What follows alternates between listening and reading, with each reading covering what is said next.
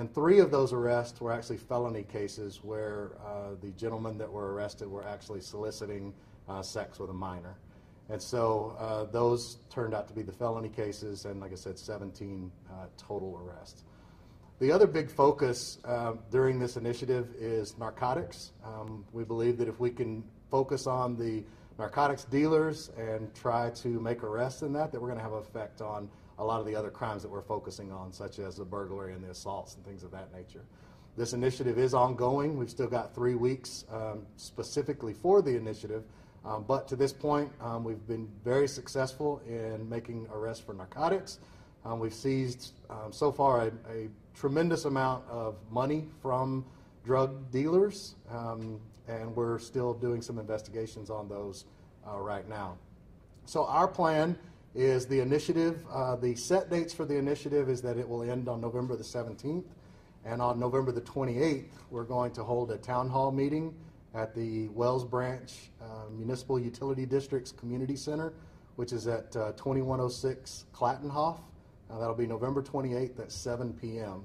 And on that date, we plan to have our Sheriff Sally Hernandez, the Pflugerville Police Chief, Chief Robledo, a couple of county commissioners, and we're going to go over everything about the initiative. I'll be able to, at that time, obviously go into much more detail about things that are still currently ongoing at the time, and we'll be able to provide some true crime analysis, some statistics, as well as give you a total of persons arrested, the amount of narcotics seized, what the various charges were, how much money was seized, things of that nature. What I can tell you right now is that in 3 weeks of the initiative, it's 6 weeks total, but in 3 weeks we've made 47 arrests. And so this is already proven to be a lot bigger than I thought it would be, but it's still ongoing. And so I hope that by the time the next 3 weeks is finalized, that we'll be able to put all of that information together. The last week of the initiative is also going to involve a community education portion. We're actually going to work in the northern area of Travis County, Wells Branch and Pflugerville. We're going to try to give out at least 1,000 pamphlets on keeping your residents safe, keeping your cars safe, ways to keep from being burglarized, ways to try to not be victims of these types of crime. And so we're really wanting to get an educational piece out there as well, and then finish that in the town hall meeting. So I'll try to answer any questions that I can now about the initiative. I do want to just remind you, though, that this is still ongoing. We've still got 3 weeks. This is week number 4. And so 3 weeks left in the initiative and a lot of ongoing investigation. So some of the things I'll be happy to talk about, and other things, obviously, we're still in the investigative process. You mentioned crime data. So tell us what the crime data showed. Was there a big spike, or were there more crimes there than anywhere else in the county? What are your specifics as far as that? Sure. So what we did this year is, this is the second initiative that we've done in 2017. Well, we have an analyst that works at the Austin Regional Intelligence Center. And so what we do is, about 30 days at a time, the analyst pulls that data and creates basically hotspot maps for us.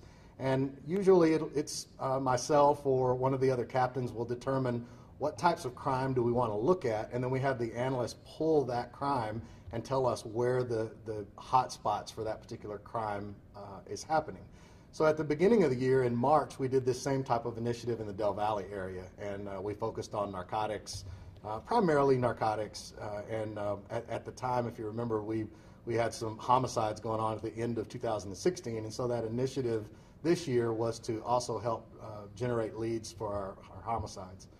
As we moved through this year, I selected some more of the crime types, primarily burglary, auto theft, and narcotics.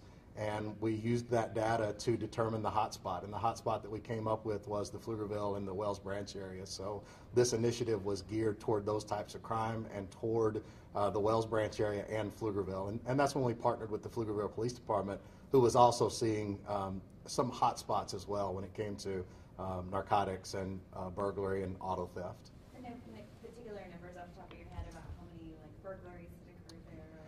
So I don't have those numbers off the top of my head at the town hall meeting. I will present the actual numbers that led us to the initiative and compare those to the numbers for the end of the initiative. Can you tell us how many skimmers you've found So the skimmers are interesting. Finding the skimmer is very difficult. So we tried to do surveillance on several different fuel stations trying to catch someone actually installing a skimmer, and we haven't caught anyone just yet installing a skimmer. Now we have seized, I want to say 2 or 3 actual skimming devices at this point. What we're finding more than anything is that we're catching people with stolen credit card information. So through our surveillance, we're noticing people go up and they're trying to buy fuel, and while we're doing surveillance, they're using 3, 4, 5 different credit cards. And so that's when we move in on those people and identify them and try to make an arrest, and then we find that they're in possession of cards that are containing stolen information. Sometimes the banks are already aware and the credit card it's already shut down, and other times it's something that they can use. Now, the hard part is, where did they get that information? Well, we know it's coming from skimming devices, but unless we catch them installing the device, that's the difficult part. We do know that most of the skimmers that they're using now are Bluetooth technology, and so we did try, one evening we went around with our cell phones and tried to get close to the pumps and tried to recognize a Bluetooth device and see if we could actually find one, and we didn't locate any the night that we did that. But that's another way that people that are buying fuel can look out for a skimmer, is if you see an odd Bluetooth device showing up on your cell phone, chances are there's a skimmer somewhere close. But they're very hard to find, but you do say that there are enough out there that people should not use their credit card. Absolutely. They're very, very difficult to find, but we see people's identity being stolen and the credit card information being used, so we know that they're still out there. We did see a decrease when we made the 2 arrests, but it is still happening. So for the people not necessarily familiar with Wells Branch, I mean, you being an officer, can you talk to us about, has it been a problem area? I mean, I've been there for robberies at gas stations along I-35. I've been there for burglaries. What is it? Is it one of the problem areas? So it's a really interesting question. So Wells Branch is a very nice neighborhood, and I would hate to ever say that Wells Branch is a high crime rate or a problem area. What we find is that, I'll use the analogy that there's always a bad apple in the bunch, right? Well, the more bunches that you have, the more bad apples you have. So population-wise, when you look at the Wells Branch area, geographically speaking, it's a very, very small footprint, but it has the largest number of population compared to anywhere else in the county because of the amount of apartment complexes that are right there in that very, very small area. And so all of a sudden our population compared to the size just makes it a huge area where it's just so much going on of people moving around in that area. And then there's a few bars that happen to be right there close in the area. And so to me, it's not necessarily that it's Wells Branch that has an issue, it's our population there. It makes it a great opportunity spot for crime. I mean, we know that people that are burglarizing vehicles and stealing vehicles, by and large, they're walking around and they're looking for an unlocked car.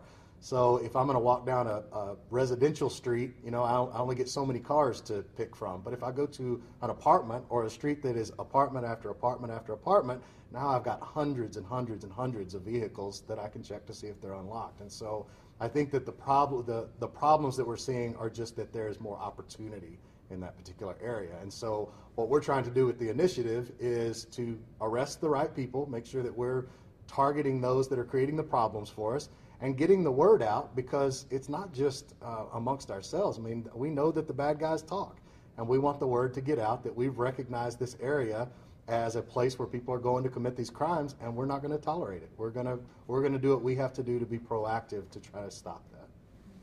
Do you think it's because they think it's an unincorporated area and maybe, Pflugerville or Austin aren't? I don't know the answer to that. I think that it's possible. I think that it's very distinctly possible, but I really don't know the answer to that. But do you have more officers out there now than you normally do? Have you pulled from other places?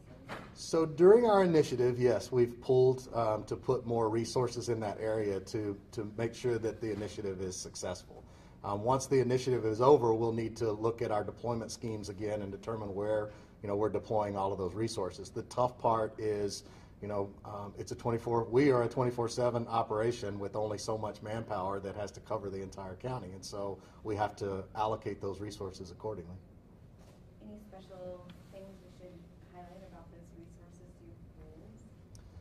Well, You know, I'll talk a whole lot more about that at the town hall meeting for you.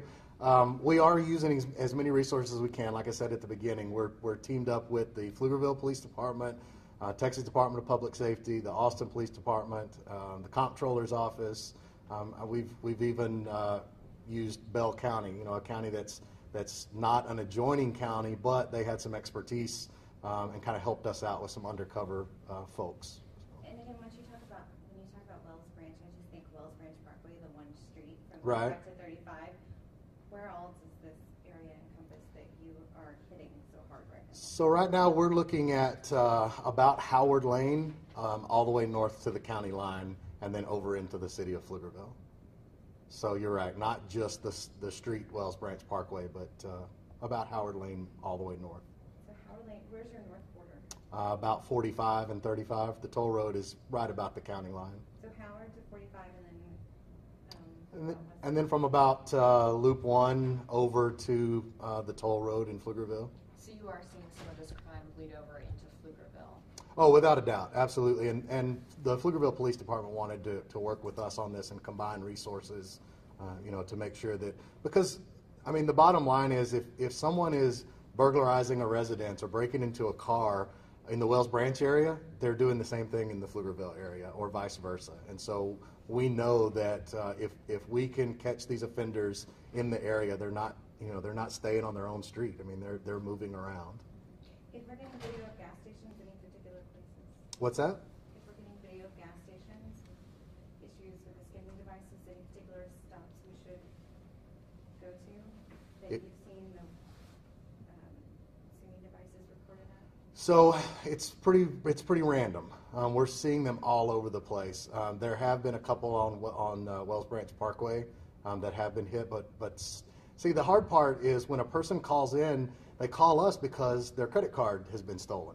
They don't know where it got skimmed, and so it's hard for us to go back and say, okay, where were the last, let's say, 3 places that you got fuel, and did you pay at the pump? Well, at this point, everybody pays at the pump. And so when they say, well, my last 3 places I got fuel, you know, it could be all over the place. And so that's what's so hard for us. Unless we actually see someone putting the device in the pump, then it's hard to find that device, because when people are calling us after their credit card information has been stolen, they're finding this out after the fact. And so now we have to work in reverse to try to figure out, you know, where it was skimmed at. And a lot of times these people are moving these skimmers around fairly regularly because they know if you use it and your credit card is skimmed, you're probably going to make a report. And so at some point law enforcement is going to go to that location.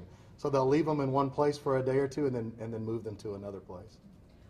You're, going in and attacking prostitution from the side of the Johns. You know, a lot of times when you see these stings, it's the prostitutes that you're going after. We were talking in our newsroom today that sometimes this is actually more effective, going after the men soliciting prostitutes. Can you talk a little bit about why you guys are going at it from this angle? So the way we did it this time was both. Obviously, the massage parlor was going after the prostitution ring from the female side, and then the hotel sting was more from the John side. So going after the men. You know, we really tried to focus on the solicitation of minors. That was our top priority in this particular operation. But we know that, again, like I said earlier, people talk, and part of having this press release even is to get the word out that we're trying to be proactive about this. And so we know that along with prostitution, a lot of times what we find is there's human trafficking, there's sex trafficking going on, and so we've got to find a way to get into those inner circles, which is really, really difficult.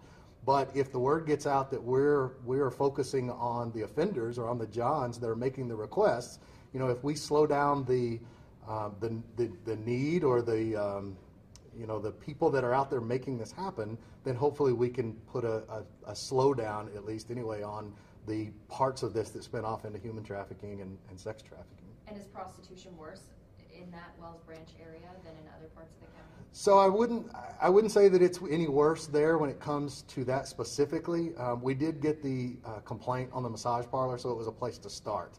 And then what we decided in this initiative is we wanted to try an operation like this. And so since we were doing the initiative there, we just decided to go with the sting there as well. And then narcotics.